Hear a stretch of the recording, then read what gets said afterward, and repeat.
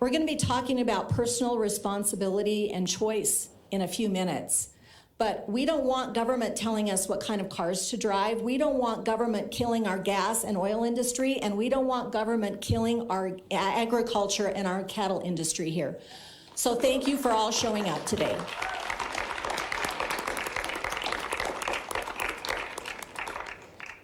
And with that, I'll take a motion. Madam Chair, I'd like to make a motion to approve a resolution recognizing the many past and current contributions of Douglas County cattlemen and other livestock producers and supporting the local ranching industry.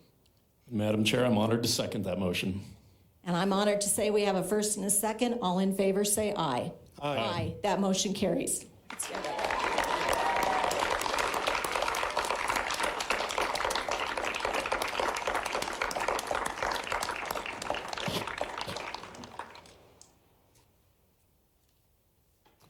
So thank you to everybody who came here for the Cattlemen's Proclamation. We are going to be changing the order of the agenda, and we are going to be moving to the supplemental agenda, item B, which is the Board of County Commissioners of Douglas County petitioning the state to safely and fully reopen our county and economy without delay.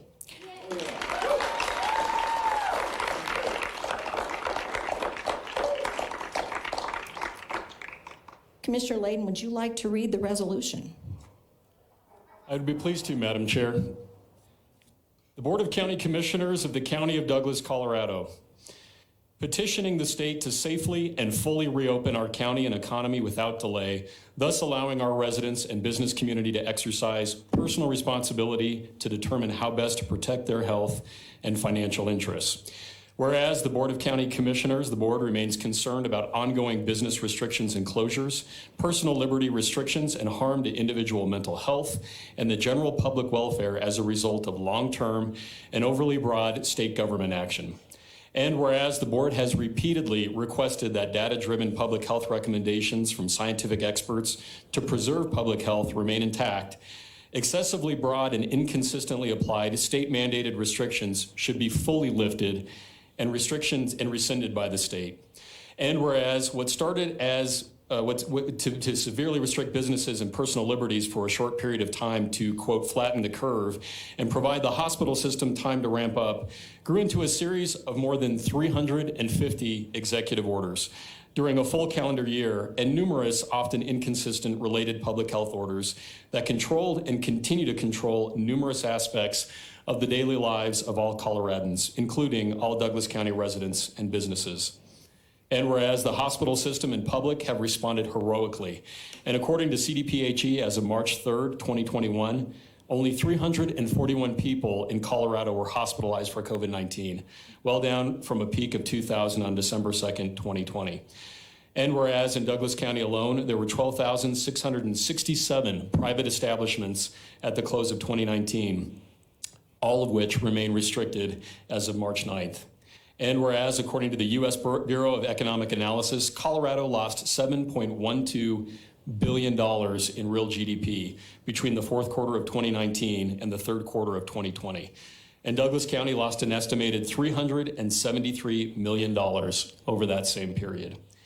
And whereas Colorado began 2020 with the nation's fifth lowest unemployment rate, and today has our county's fourth highest unemployment rate, our country's fourth highest unemployment rate, having lost nearly 270,000 jobs over the course of 2020. Whereas per capita income declined $2,813 in Colorado and $3,609 in Douglas County from 2019 to 2020. And whereas there is no guarantee that these jobs and income losses will ever fully be restored. Whereas the negative impacts to the mental health of our citizens, young and old, from indefinite closures has greatly increased. And according to a recent Colorado Health Foundation study, more than half of Coloradans have experienced increased mental health strain during the pandemic. And whereas, according to the recent Associated Press report, drug overdose deaths have increased in Colorado amid the COVID-19 pandemic. And whereas the number of people with some level of immunity to COVID-19, either through contraction of the disease and or receiving a COVID-19 vaccine, has increased dramatically, and Colorado is approaching herd immunity, especially amongst the most vulnerable. And whereas 57,716 residents of Douglas County have received one dose of the COVID-19 vaccine as of March 3rd, as well as 223,369 residents in Tri-County Health's jurisdiction have received one dose as of March 4th, as well as 965,945 Coloradans have received one dose as of March 3rd, and 73.6% of those aged 70 plus in Douglas County have received the vaccine since March 1st. And whereas the state has not issued any guidance or criteria to indicate what reopening looks like or requires for any citizen or business, and whereas the commissioners have taken oaths of office to uphold the federal and state constitution and believe that in the current state of recovery and prolonged lack of severity of the ongoing pandemic, the restrictions can no longer be considered reasonable or rationally related to the risk that most individuals face. And whereas, although some federal and state subsidies have been provided, they have fallen well short of the harm caused by the ongoing state government restrictions. Whereas the board's repeated attempts to engage the state in a dialogue of ideas, proposals, and pilots to rebalance and alleviate the impacts on citizens of state-imposed COVID-19-driven lockdowns have received limited and even then delayed response or engagement from the state. And whereas the state has failed to demonstrate the use of county-specific data and severity metrics, as in our county deaths and hospitalizations, in the development of the COVID-19 restrictions dictated by the dial, and the continuation of broad restrictions still being imposed by the state do not match the low severity of the COVID-19 pandemic at this time, as measured by the incidence and test positivity rates and hospitalizations. And whereas the board believes that the state's mandated restrictions continue to unreasonably infringe on the constitutional First Amendment rights, as well as life, liberty, and property interests of Douglas County businesses and citizens. And whereas the county has repeatedly asked and expected to use Douglas County resources and personnel to enforce these overly broad state restrictions against Douglas County citizens and businesses. And whereas Douglas County citizens continue to express concerns to the board in ever increasing numbers that the county should not be involved in such unconstitutional enforcement efforts and should instead do everything within its power to allow people the various constitutionally guaranteed freedoms they have been deprived of by their state government. Now, therefore, be it resolved by the Board of County Commissioners of the County of Douglas, State of Colorado, that the county will uphold their oaths of office, support the Constitution of the United States and the State of Colorado, and hereby petitions the state to immediately, fully, and safely reopen our county. And be it further resolved that the board does not wish to mislead any person or business that Douglas County has the authority to allow reopening without potentially severe repercussions to any such business from other entities such as the state or Tri-County Health Department, but can only assure such individuals and businesses that no retribution should come from this county. And be it further resolved that Douglas County is requesting that the state immediately issue a full reopening plan so that the public is fully aware of when and how normal activity can occur without further government restrictions. And be it finally resolved, the board believes that Douglas County citizens are capable of exercising personal responsibility and making meaningful and safe decisions with respect to their personal health circumstances, jobs, businesses, and personal lives, and will do so far better than government. Thank you, Commissioner Layden.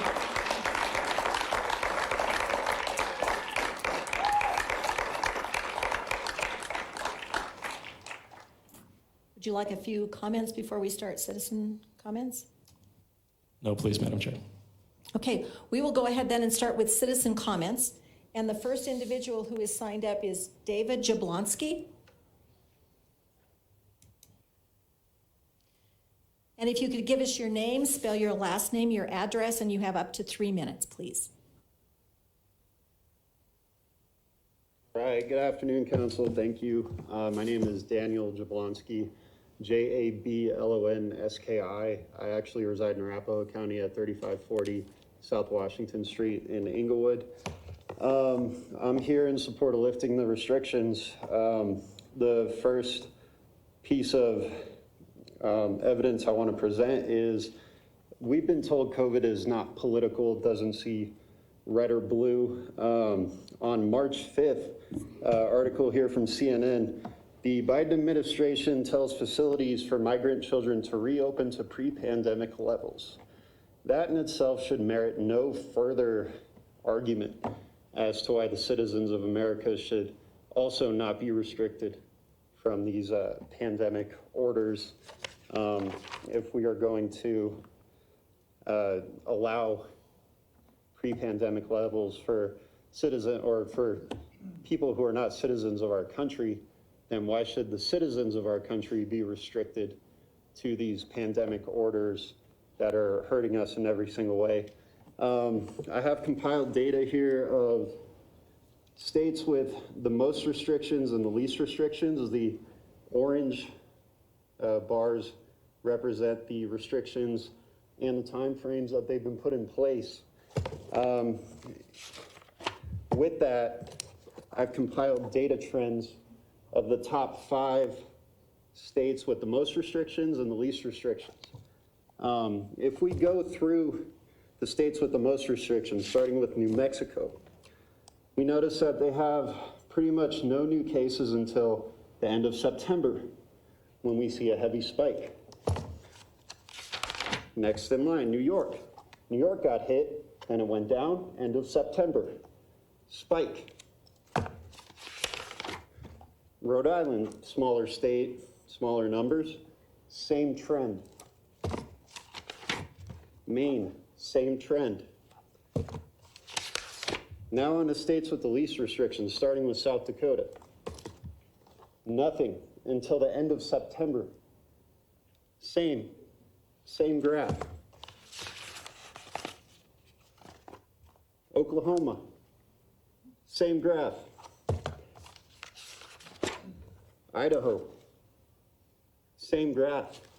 The point is, coronavirus appears everywhere at the same time. It disappears everywhere at the same time. Restrictions or not, it doesn't stop the trend. The trend is the same. It's ridiculous. So then you look at the United States. This is much harder to see, but I have a red line and a yellow line there. The red line represents Election Day. The yellow line represents Joe Biden's inauguration, when the virus begins to magically disappear. Mr. Jablonski, if you could wrap it up, please. Your 3 minutes is up. Oh, wow. Okay. I wanted to get into science, where it talks about overweight and the ACE2 receptor. But thank you all for your time, and I hope I can get more. Thank you.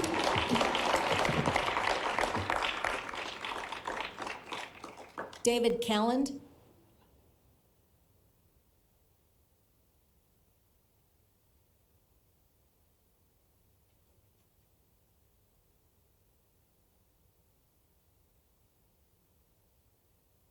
Thank you, Council, for this opportunity to talk. This first time I've ever done this, so bear with me. Thank you, sir. My name is David Calland. Last name is Kalland.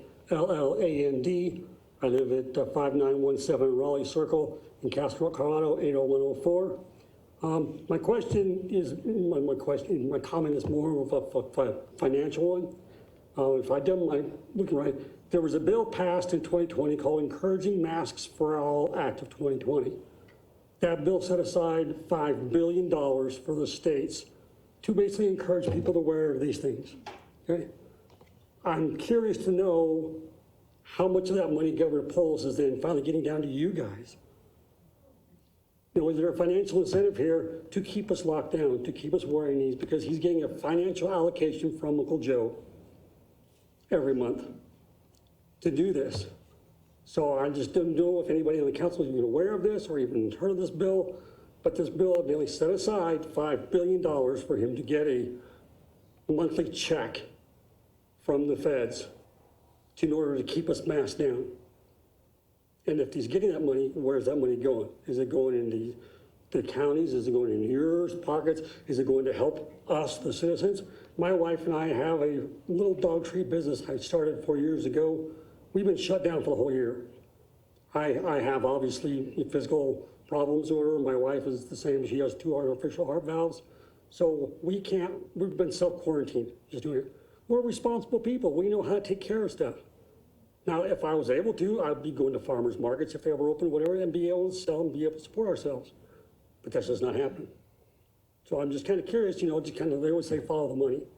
I don't know if anybody on the council was aware of this bill. Like I say, it's called the Encouraging Masks for All Act of 2020.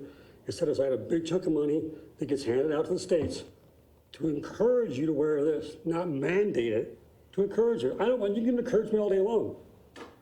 I'm glad to get encouragement. I'm glad to get direction. You can encourage me to save money. Great, do that. But it's my decision to do it. Thank you. Thank you, Mr. Kelly. Mindy Jordan.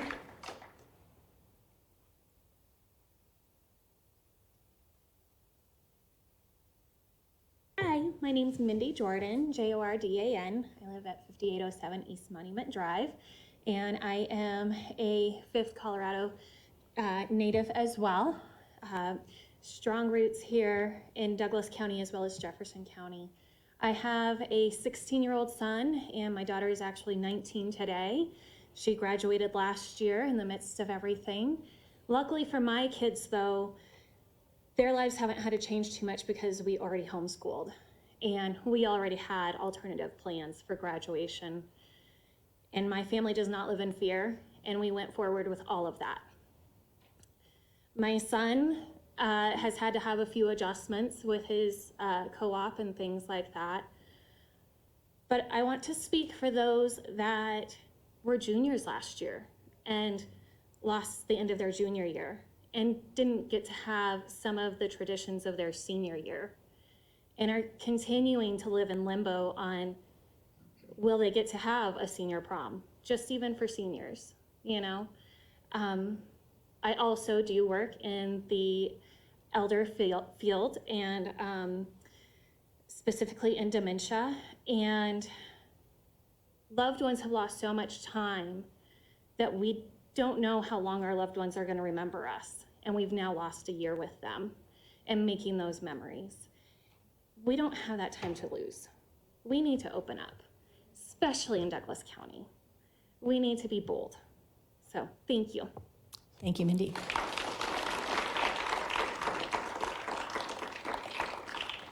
Craig Barber.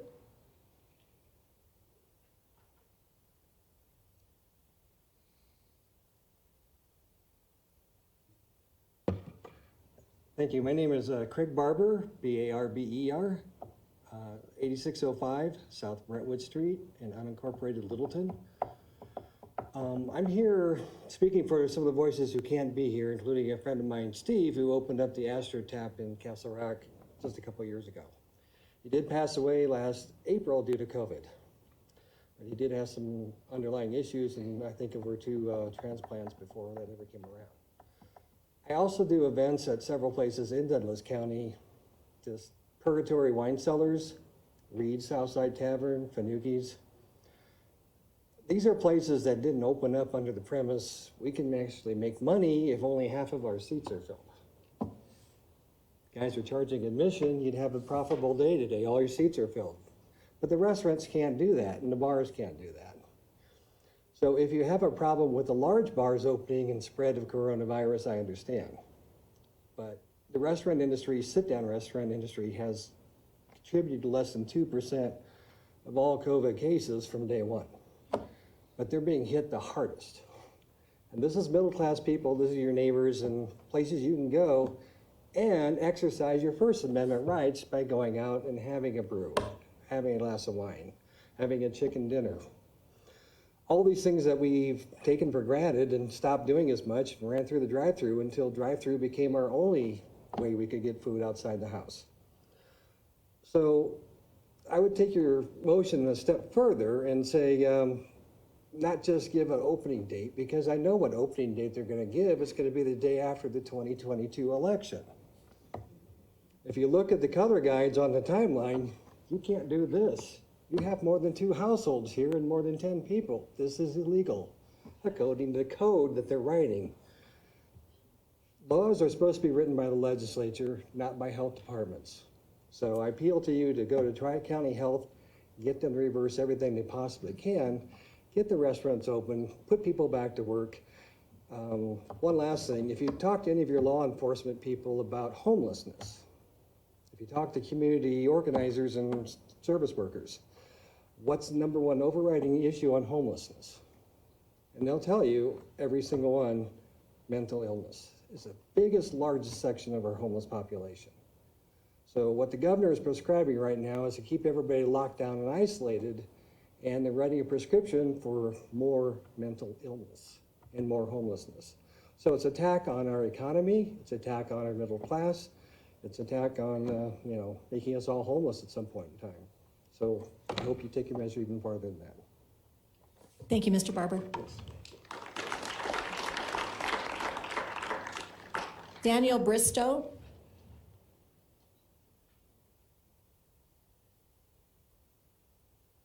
Hello, my name is Daniel Bristow. I live in Monument, 1433, last name Bristow. Live in Monument, 1433, Red Mike Away. I shared some information in Monument at a Board of Trustees meeting from an executive order that I'm going to share with you all here. And this is for everybody here listening as well. I am a small business owner and I support small businesses.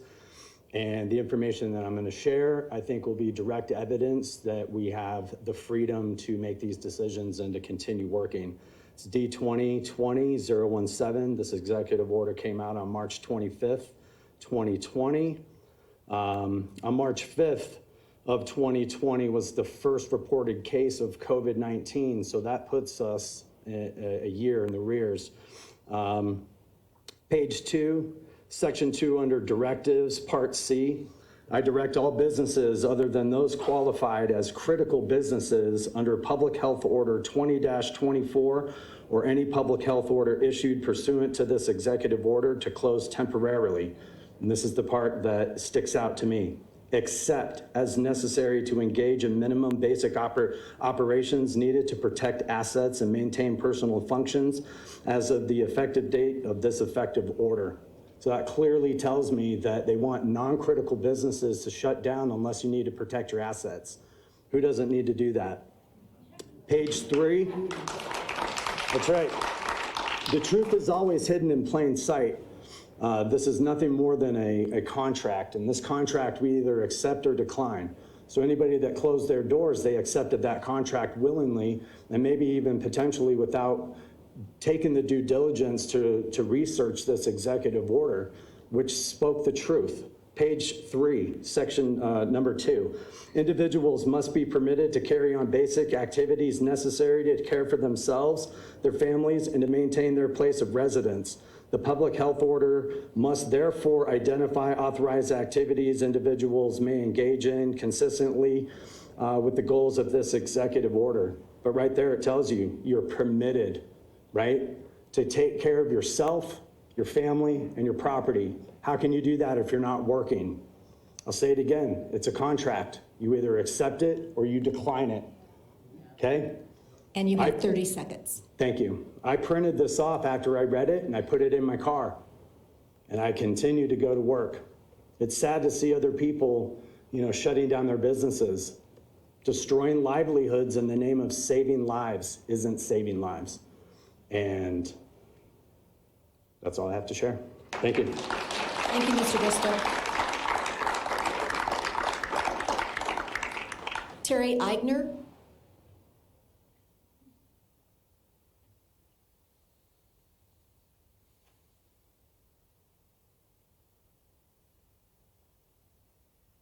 My name is Terry Eigner. I live at 8045 Blue River Avenue, Littleton, Colorado 80125. Thank you. I'm here on behalf of the children. It's been a year now. My youngest child is 3. This has been a third of her life. She's barely 3. Also, I have a kindergarten student. My kindergartner missed out on what should be one of the most wonderful times of her life. I also want to mention Then I'm an educator. I have a degree in psychology, a master's in family and child development, a minor in early childhood education, and a concentration in early childhood special education. I was a teacher for 15 years. I worked with at-risk students who were abused and neglected. What we are doing to our children is criminal. Masking young children, we're taking away their ability to see faces. That is the way that they decipher the world, through emotions. That is the way they learn language. That is the way that they communicate with one another. The things that they are learning are things that are going to be very difficult to undo. And I also want to mention that the governor's orders have impacted our families immensely. Because of these things, the schools have put masks for all children, even though he says only over 10 have to wear them. But all of the schools had under 10 as well, unless you went to a charter or a private school. We pay $600 a month to send our kindergartner to a private school so that she can be unmasked and not have to social distance. Also, a governor's orders, his power is limited to directing agencies, right? But they can only issue orders during an emergency. An emergency is defined as a health threat with casualty rate significantly greater than normally present. Since COVID-19's casualty rate now is officially recognized as not significantly much greater than the flu, there is no emergency order. Yet, he is still acting like there is. He just did another mandate for 30 more days of mask wearing. Again, children need facial communication and unrestricted air for healthy development. We do not know what will happen when we mask children for 8 hours a day. They should have the ability to have unrestricted air. These are unbelievable, ridiculous things. I can't even believe this is real life. Also, IDEA law sections 300.114-300.118 requiring children to wear masks in school where students under state law breathe freely is abject discrimination in violation of this law. And that's all I have to say. Thank you, Ms. Eigner.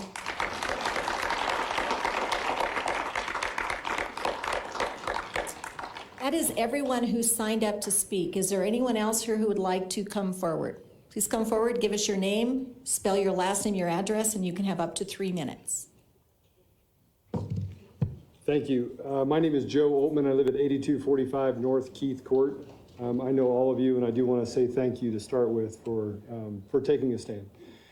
So the fact that we even have to stand up here and talk about protecting meat that 98% of us eat, and a lot of it, is absurd. The fact that we're dealing in this bizarre world that puts us in a position where we have to talk about the will of the people and actually passing a resolution is also absurd. So last weekend, we saw a bunch of young people in Boulder revolt against the authority that sought to restrain them for safety reasons. And something I found odd, mainstream media, when Antifa and they were burning down buildings and taking care of businesses, said nothing and said it was a noble cause. My dad is black, my mom is white, my whole family's interracial. I know racism. And what we're dealing with today is not racism. It's propaganda. It's indoctrination. Yet the students rose up and they called them disgusting. They are far from disgusting. They are fatigued and smart enough to understand the tyranny of our government is real. Polis is in fact a murderer and responsible for the countless deaths and disparities in our state. He ruled from the bully pulpit of California, not representing the voice of the people here in Colorado, the people he is supposed to represent. The attacks that we suffer in this state are a result of sociopathy, not because he cares about the people of Colorado. This represents the radical agenda that we've had to deal with over and over and over again, while the mainstream media actually ignores it, props it up, reveres it, while they push us down, push our businesses down, force us not to go to church or to take care of our kids. They pass mandates that kill kids. Last Thursday, a friend of mine's 16-year-old daughter committed suicide. That will be the 6th person that I know that died because of suicide. The consequences of this virus are real. So although this may be a largely symbolic vote, it may be a stand for Douglas County, it represents a bigger stand for the people of Colorado and as a message for other people in other states that it is time to stand up, that science and math matter. and that politics have no place in destroying the American dream. Thank you.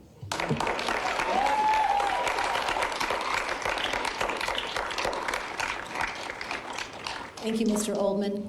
Who else would like to speak? Come forward.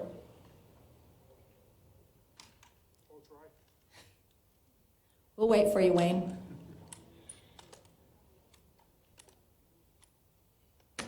I'm Wayne Harlos, Harlos, 874 South Lindsay Street in Castle Rock. And I'm here on behalf of the Libertarian Party of Douglas County. Had an extensive meeting last week, and we spoke about the possibility of this happening, the resolution, and I congratulate the Board of the County Commissioners of Douglas County. Thank you for that. We very much appreciate it. But I'm not going to speak about the how bad this pandemic has been, whether it's been blown over or not, or overblown or not. But what I am going to speak to is life, liberty, and the pursuit of happiness. The mandate that's been put in place by our governor is taking away all three of those. If we actually believe in freedom and personal responsibility, we have to take a stand against overreaching government mandates. That's all I got. Thank you.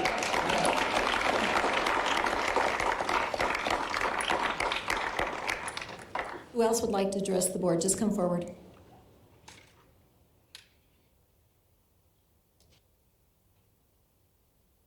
Hello, my name is Jesse Sidabaka.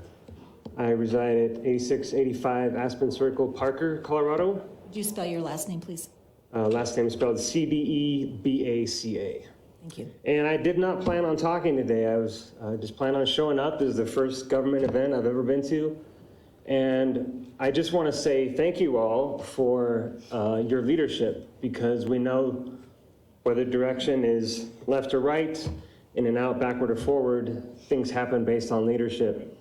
And your leadership is shown through all the people outside who you can't see right now.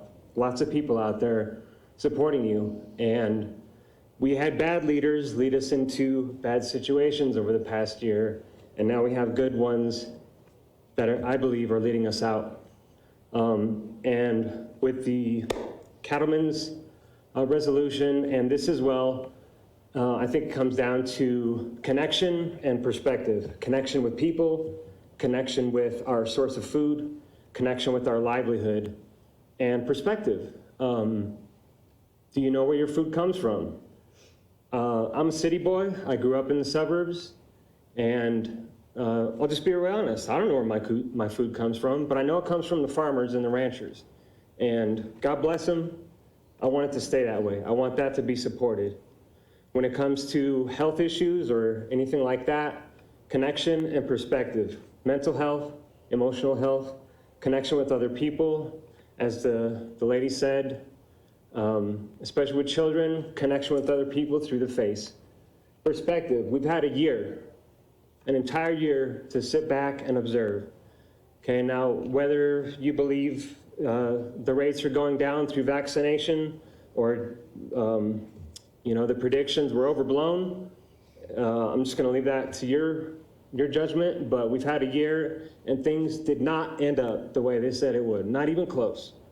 So we've had time to evaluate, and now it's time for you leaders to turn the tide, and you're doing that.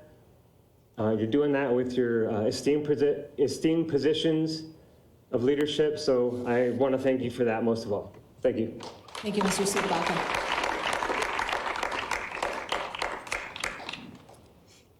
Morning. Afternoon. My name is Jim Morrow, 9474 Tammy Lane, Parker, Colorado. I'm also a Marine Corps veteran. And I can just see that a lot of us have fought communism. And they're doing stuff to our kids right now that we wouldn't allow the communists to do. And there needs to be a group of people that look at this, open their eyes, and quit being lemurs and rise up and come against this control that they're putting on our kids and our families. Thank you. Sir, excuse me, would you spell your last name, please? Morrow, Jim Thank you, sir. Morrow. Thanks. Thank you.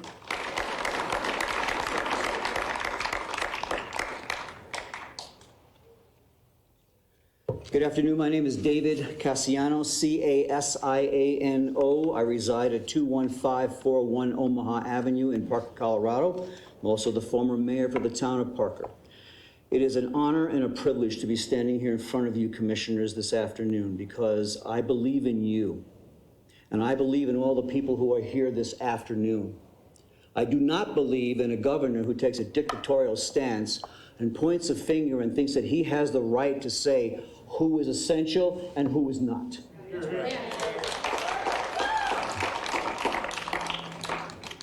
We have a great history in the United States, even a great history here in Colorado, in Douglas County alone.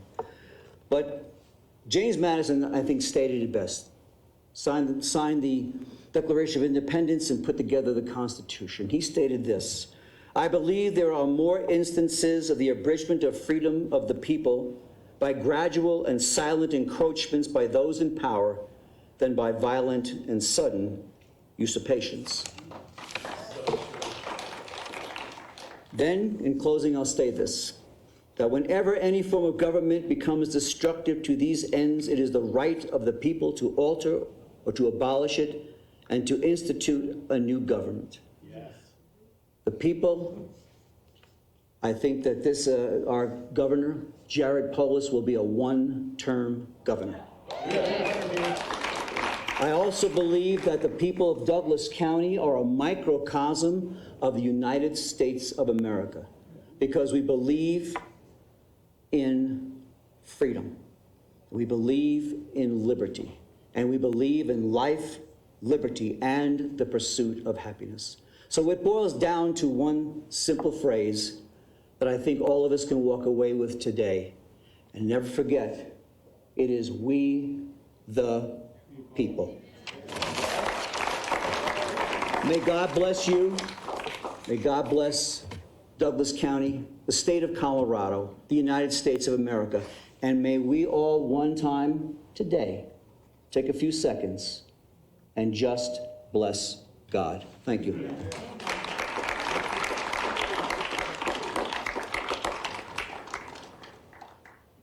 Hi, still Doug O'Brien. I think you have my information already.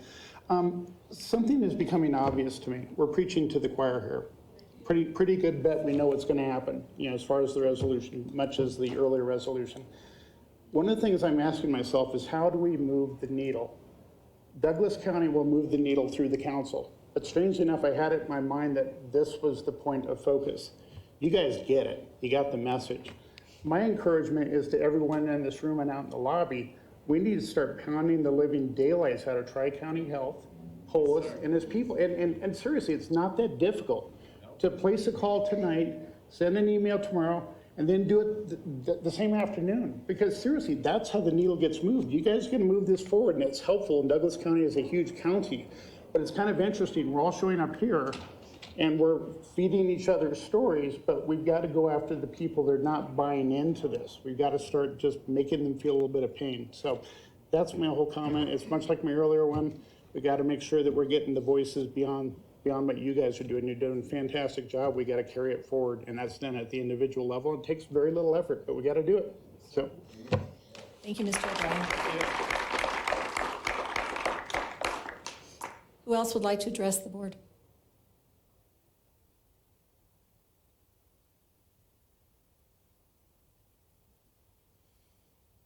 Thank you, Commissioners. My name is Tom Weens. I live at 5567 South Prairie Park Road in Sedalia. In this really difficult time of trying to get our economy working again and get people back into real lives, we have some pretty good cards in our hands if we'll just play it. Now is the time to play those cards, and you're in a really unique position to play them. And I think you can be successful with them. We've got three things that are really going for us. First of all, our rights come from God. Second of all, we have a Constitution that protects those rights. And we have free enterprise that gives free citizens resources to advance those rights. And in Douglas County, we happen to be really good at free enterprise. So you've got citizens who can support you, who can back you on this. One of the things I learned when I was in the Senate is my district went from Douglas County all the way to Leadville. So Leadville was in my district. When I began representing Leadville, there were 14 operating units in Leadville that were in a Superfund. Superfund doesn't have anything to do with cleaning anything up, it has to do with lawyers and assessing blame. When I left, we had, I can't remember if it was 2 or 4 operating units. And the way we did that is we changed the way Leadville and Lake County interacted with the federal government and the state government. Every time they would issue a mandate on things that Leadville had already done to clean up the environment there, we would demand that they give us the statute and the regulation that gave them the authority to make the demands on the people of Lake County, and they couldn't do it. And they stopped doing it. And we were successful at moving the ball and getting Leadville out from under the thumb of the federal government on everything they turned around to do, they tried to do up there. Well, I would suggest to you that you're in a similar situation here where you can breathe real life into this resolution. You've got tremendous staff here. You've got great legal counsel sitting right over here. And that every time a government elected official, elected or not, tries to force a mandate on the people of Colorado and on the people of Douglas County, on behalf of the people of Douglas County, I would ask that you create the system building off of this resolution that stands up and demands that whoever that is, elected or non-elected, that they prove that they have the statutory authority to do exactly what they are doing and that they're requesting of the people of this county and of this state. And they will have it sometimes, but they won't have it all the time. And we'll start moving the ball in the right direction. Thank you very much for your help. And I know you have the resources and the skill to do it. Thank you, Senator. Troy, I'm going to ask you, I just got a text from someone who said they were listening online and the audio stopped. Is there some way to verify that the audio is working? I would ask that they would please chat me privately so that we can respond to them and see if we can help. I will do that, Troy. Thank you. Is there anyone else who would like to speak on this petition to the governor? Please come forward.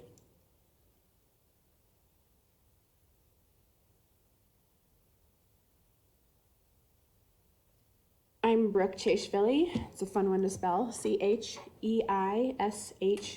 like Victor, ILI, 8978 Delacorte Street. And I wanted to speak on behalf of my little brother, Noah Carrillo. On August 23rd, 2020, sorry for the tears, his 26 years of life ended tragically after a long and horrific mental health battle. I'm so sorry. If the same mandates that are in place today were not in place then, he would be alive today. The impact that masks, closed businesses, canceled AA meetings, virtual support groups, in other words, a complete lack of human connection, thank you, has resulted in the tragic loss of so many people, my little brother included. So thank you for what you're doing. And please continue to lead our country, our county, and our country back toward life, liberty, and the pursuit of happiness, because so many lives are still depending on it. Thank you. Thank you.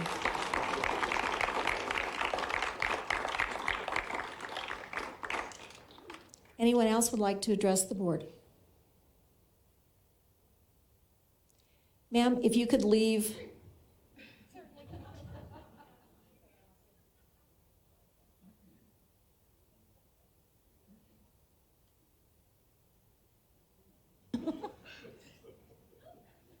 So my name is Linda Bissett. That's B as in boy, ISSETT. I just want to come up here and I ask for you all to be brave and to do the right thing by opening up this county. I believe the science, although the media tells us to trust the science, they don't actually look at the science. The science shows that the death rate in America is very similar to 2019 from 2020. The science shows that there are about 2,000 people who have already died from the vaccines that are being distributed. You can find those numbers both on the CDC website and the VEARS, VEARS website. I believe that this is, it's so hard to say, it's such a mass conspiracy that so many people could be in on it. It's mind-blowing that, that so many departments of our government are working together to shut down our economy, which does nothing but boost our corporations who have such influence over these same governors, and kills our small business, which is who employs so many people and is the lifeblood of America, and they're being squashed for these arbitrary rules. Like, for some reason, you can't get COVID in Walmart, but you can at the feed shop down there. It's just ridiculous. And then we're forcing people to wear these masks. It's like, I'm sorry, that does not save you from COVID. So it's just ridiculous. The emotional, psychological effect this is going to have on our little children. When I walk into a store and I see a little 3-year-old with a mask on, oh, we've made them cute with My Little Pony or whatever, but this is scarring these kids. They don't know how to read adults' faces if they can't see their faces. They have to learn. So our schools need to be open, our businesses need to be open, and we've got to stop lying to the flippin' people. Our media has ruled us by fear. They say the same thing over and over again. You're gonna die, you're gonna die, you're gonna die, you're gonna die. And if they say this to you, people are believing it. Let's start telling them, hey, guess what? The survival rate is 99.99999%. I mean, if we said that over and over again, people might not be so afraid, and we could be free and be brave, courageous Americans, which is what God created us all to be. So I'm here and I'm pleading with you and I'm begging with you to be brave, because it will be hard on every single one of you. I'm sure there will be ramifications if you stand up and open up this country, but that's what we're begging you to do, because we want to live as free Americans. God bless you all. Thank you.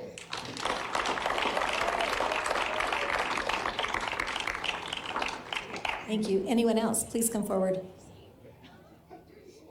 If you can give us your name, spell your last name and your address, please. Connie Johnson, John Son, 940 East Plum Creek Parkway here at Castle Rock. And as I was listening to everyone, there's one thing that we have missed in talking about, and that's our churches. We go into our churches, we see masks. I sing on my praise team at my church, and I look out in the congregation with everybody separating out and with a mask on. And it brings tears to my eyes because I can't read them. I can't really see their hearts. And we need to open our churches up. We need to stop putting spaces in. And the fear that I see in my congregation, our congregation, just hurts my heart because of COVID, because they have to get the shot, they have to do this, they have to do that because they want to comply with the government. But we are individuals, and we want our churches to be opened up again, and so that we can sing and praise our Lord like we want to be. We've got a person in our church that his daughter 3 weeks ago tried to commit suicide, a 13-year-old. And she has, through this whole COVID, she's tried it 4 times, and she's missed every time, thank the Lord. But we don't want to see this anymore. It just breaks my heart to see these kids and these adults and these senior citizens dying in nursing homes and without their families around. This is not to be what God wants us to be. Thank you. Thank you, ma'am.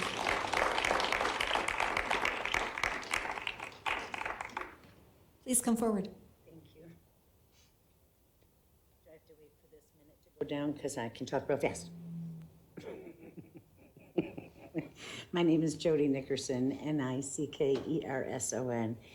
I'm here basically because I'm not in your county, but I cannot, my hat goes off to you, to really be setting a precedence and stepping up to the plate to even have this hearing and to hear people in your community. My hat goes off to you. You're setting a stage for a lot of things going on in the state of Colorado right now. One of my thoughts is I have a grandson that's autistic. And these specialized schools and children with disabilities are having a really, really hard time at home because their facilities can't be open because of the COVID. The child now has gotten to a point by being home and doing things through a TV and trying to sit in a seat, which if you know autistic children cannot sit still. And he may have to be institutionalized now. Why? Because the mental trauma this is putting these handicapped children in. Another thing that I think is very important is for the many mothers and fathers who have had to stay home or change their job because they've had to stay home with their children. They've lost wages, they've had to change positions. It's affected a lot of people's incomes. I work with food banks constantly. I do 4 or 5 a week. I am with people that aren't wearing masks. They're homeless. They're living off the streets. I'm around them all the time. I have been blessed. I do believe that God will keep a shelter around me to keep me free from any type of illness. But I do know, and I want to say, there is an illness there. There is a bacteria. I don't want to make light of it. But I do think that people that have pre-existing conditions are the ones that really need to protect themselves. I have a 93-year-old very dear friend who has had COVID twice, 93, and she's just doing great today, just wish she could get out of her room. It's very, very difficult. Everybody is individualized, and we do have to make that very specific, that we should be able to open up. But those that have pre-existing conditions or those concerns, protect yourself. Those, I do believe that our numbers are down because we've had better hygiene. We've had better, but we should have been teaching our kids and ourselves that a long time ago too. But I want to thank you for having this. And I hope that my county will do the same thing, and I'm going to be watching you all. I think it's just wonderful. Thank you. Thank you, ma'am.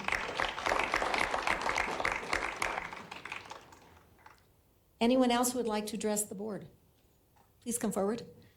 Say your name, spell your last name and your address, please. Hi, I'm Jess Bolin. My last name's spelled B-O-L-E-N, and my address is 529 North Nevada, apartment number 3, Colorado Springs, 80903. I'm here on behalf of nonprofits and people who serve the Medicaid population. We serve nonprofits through the Independence Center in Colorado Springs in Douglas County. We also serve veterans in Douglas County. I am a community relations specialist, which means I take calls from the public all day long of people needing services. And what I'm finding is people have been on hold for services in the veteran community and in the Medicaid community for way too long. I am dealing with people who break down and cry with me on the phone because they are scheduled for surgery. It's been put off for 6 months because they can't get into hospitals, they can't get services. I've realized I was hired as a marketing person. I'm now acting as a social worker in a capacity that I was never hired on for, but because of COVID and the pandemic, this is what I deal with every day. At the end of the day, I do want to have wine time, but what I realize is I need my own therapy because of the situations that I'm dealing with on behalf of the population.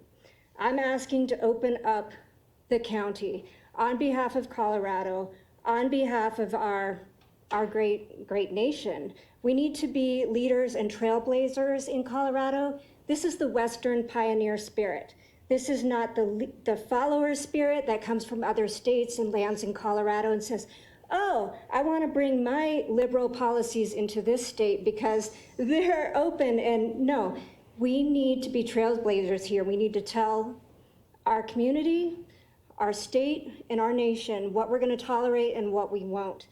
And when it comes to our least protected population, which is children, our disabled veterans, our disabled population, and people in the LGBTQ, we're talking homeless populations, they're not receiving services. We can lie to ourselves, we can say they are because they're getting telehealth, but the fact is, these people do not often have the iPads, the technology to connect to telehealth. My organization is shut down. The front door is locked. Nobody can come in from services. So what do I hear? all day long phone calls, people tears. This has got to end. I thank you for your time. Thank you, ma'am.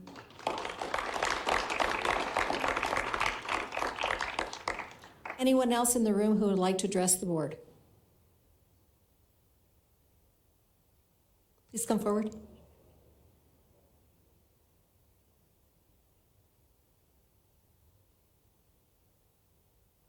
Hello, my name is Jeanette McMahon. That's McMahan. And my address is 3519 Morning Glory Drive. I have never done anything like this. I've never even been in this building. I don't know what I'm doing, but I'm a new mom. I have a 13-month-old, and she is my inspiration in this. I feel now more than ever that my dog was okay. More than ever have a deep responsibility to do something about the world that I'm passing to her. She's, like I said, she's 13 months. She was born basically in this pandemic. So everywhere we go, she sees people in masks. That in itself is so concerning to me. This has been spoken over and over again. Children need to see our faces. I do my best to not wear a mask as much as possible so she can see my face. It's so important. I'm also by trade a therapist, and my passion and specialty is holistic therapy, and it's rooted in this belief in our body's innate ability to heal. I believe that with my entire heart, my entire being. So even if someone wants to follow more of an allopathic approach, we know that we have treatments that are inexpensive, that are, so we can treat this condition, disease, whatever you want to call it, so effectively. And my big concern and my big question, I think that we have a lot of similar views here, so I'm preaching to the choir, but my concern is that these other alternatives are being censored. And there's no question there that there's only one perspective that is being listened to. And so what I have become very passionate about in this situation throughout this whole pandemic is our right to choose. I happen to wear this shirt today. I didn't know I was coming here. I didn't know this was going to happen, but my shirt says Mama for Health Freedom. And on behalf of my daughter and I guess everyone, that is what I'm standing for. I don't care if someone wants to wear a mask the rest of their lives. That would be concerning to me because there's many health concerns when it comes to wearing masks, but I'm really standing for that choice. And that actually lends into several other subjects that I know we're not talking about here today. But I thank you. I thank you for standing for this because it's so important. I could go on and on about this. But truly, I thank you for what you're doing. I believe in our body's ability to heal. I believe that we have other ways to approach this, and masking up and socially distancing, and from the therapist side, the isolation is detrimental to our health. The fear is detrimental to our health. All of these things are worse for our health than the actual disease itself. So again, thank you for what you're doing. I truly could speak on this for a very long time, but I will end there. Thank you. But thank you again.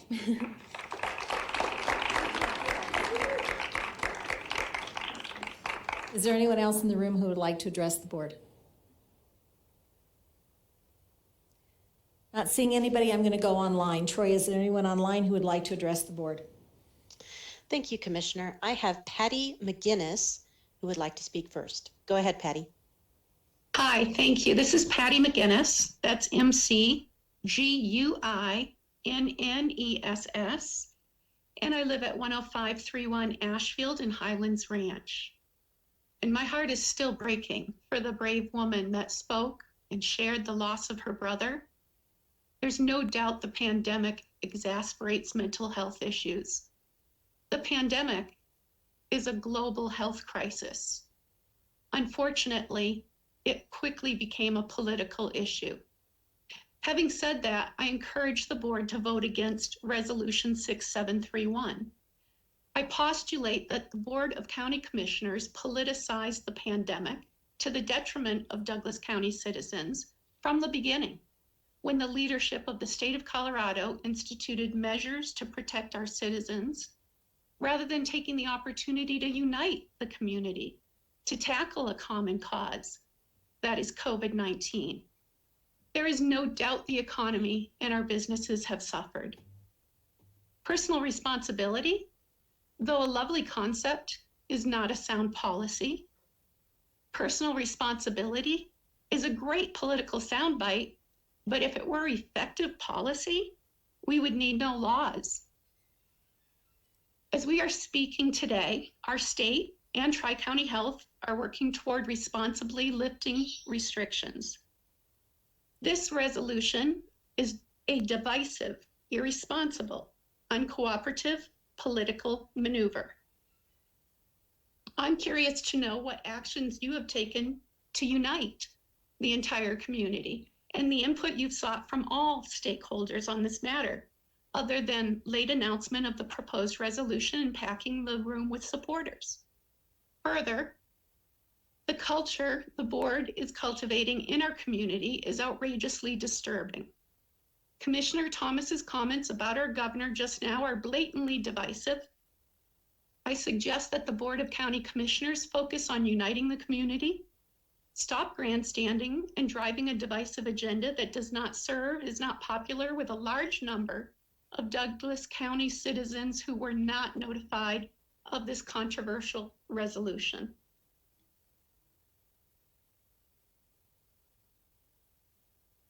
Thank you, ma'am. Troy, is there anyone else online? Yes, Commissioner, I have Stevie Ramsor Nelson. You are unmuted. Hi, my name is Stevie Ramsauer Nelson, last name's Nelson, and I live at 109 4th Street, Castle Rock, Colorado, 80104. And I just have a couple of quick points to make and also a question. So first of all, I have been listening to everything here today that people have said, and I very much agree with you know, the thing about the Western pioneer spirit and how tough we are on as Castle Rockians, as Coloradans. I was born in Castle Rock in 1980. My father was born in Castle Rock in 1951.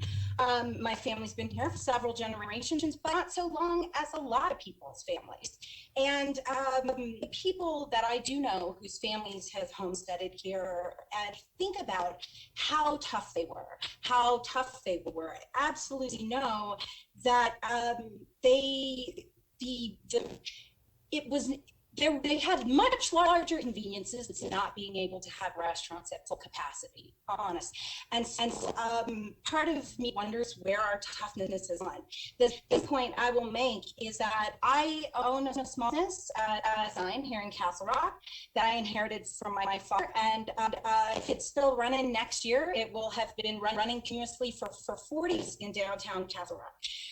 That being said, of course I want this business to fail. Of course, this is my life, my home, my business, my house, everything, Castle Rock. If any of the money I make comes at the expense of the health of any of my neighbors, I am disinterested in that money. I do not care about it. And I think most people feel the same. I don't think that's an exceptional view. Most people understand human lives worth more than money. And I guess I will also say that, you know, when growing up in Castle Rock, there were some times that my family's homeless. And I did, you know, we weren't on the street, literally, we were in a car or something like that. But, you know, being healthy and poor is so superior to being wealthy and unhealthy. And then the last thing is my question. As far as the resolution goes, you know, the final part says that you all trust us with the responsibility to make meaningful and safe decisions in respect to personal health circumstances, jobs, businesses, and personal lives. And yet, you know, think about the negative impacts of mental health on our citizens, young and old. I guess I don't understand why my physical health is my own responsibility, but my mental health in the interest of my local government. Thank you. Thank you for your comments. Troy, is there anyone else online? I have no other hands raised. Thank you. I'm going to close citizen comment then and bring it back to the board for discussion or comments. You know, Madam Chair and members of the the gallery today and my fellow Commissioner Teal. Thank you for just spending your time with us today. You know, have listened carefully to the commentary. And again, after a year trying to manage a global pandemic on a local level, we've been working with the experts and monitoring the data every day with Tri-County Health since this began.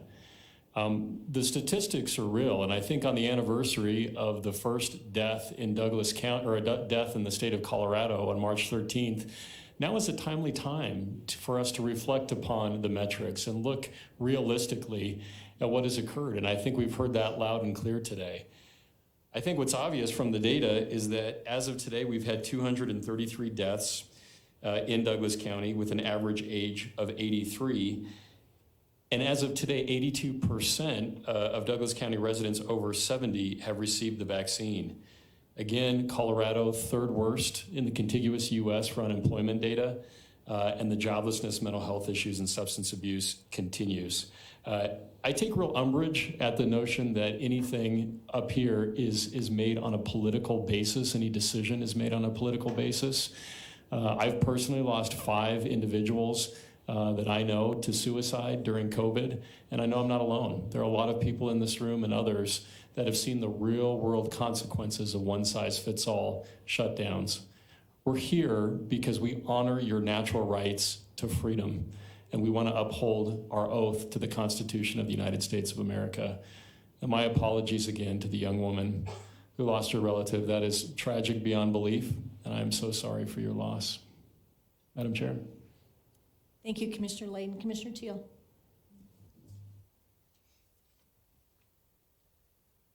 Well, I'm real happy to be up here today. I'm real happy to be in this position. I'm not even going to pretend to have the words to equal what so many of you have shared today. I'm on it. We're on it. We'll do. Thank you, Commissioner Teal. I was struck by the number of people who came up here and said they've never done this before.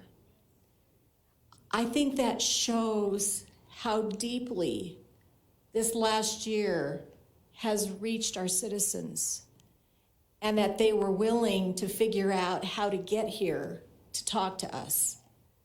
And when we are having discussions, you will often hear us say, my constituent told me. And when I say that, I believe that all 3 of us strongly believe that we are here for you.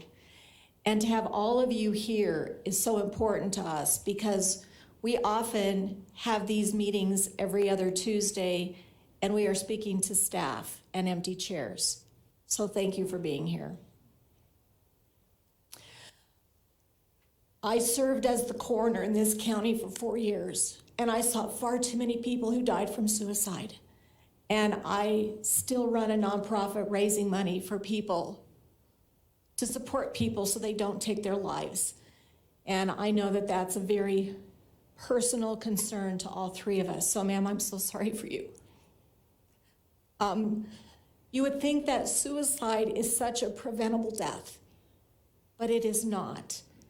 And all last year when I was asked what my concerns were over and over, I said it was the children, because we have no idea what we are doing to our children.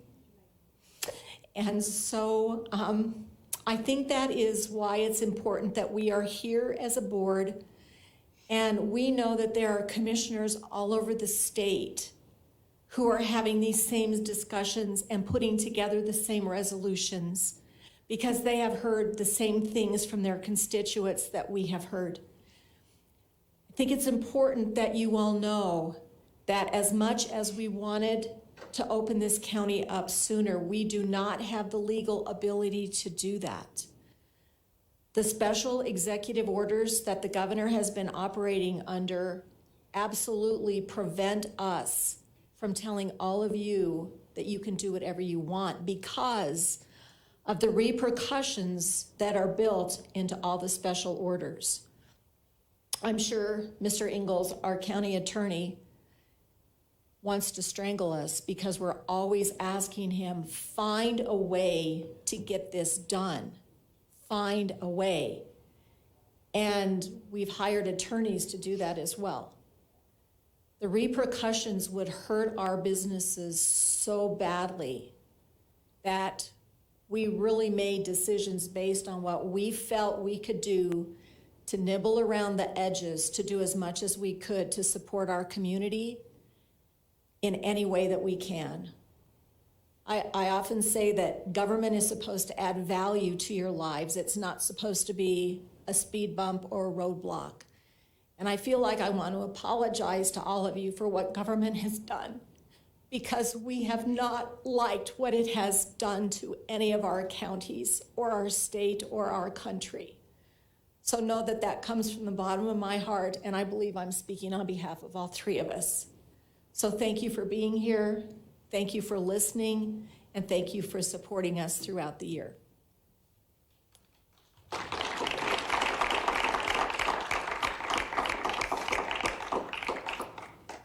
Madam Chair, as a point of personal privilege, I just want to tell you what an honor it is to serve with you, and having dealt with this issue over the last year. And Commissioner Teal, I'm so thankful for your presence on this board. And with that, Madam Chair, I'll make a motion to approve the Board of County Commissioners of Douglas County petitioning the state to safely and fully reopen our county and economy without delay, thus allowing our residents and business community to exercise personal responsibility to determine how best to protect their health and financial interests. Second. There's a first and a second. All in favor say aye. Aye. That motion carries unanimously. Thank you for being here today.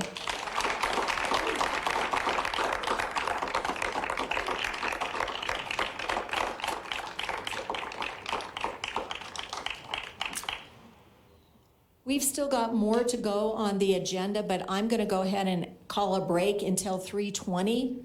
So the board will be back to finish the rest of the items on the agenda. And thank you again for all of you for coming today.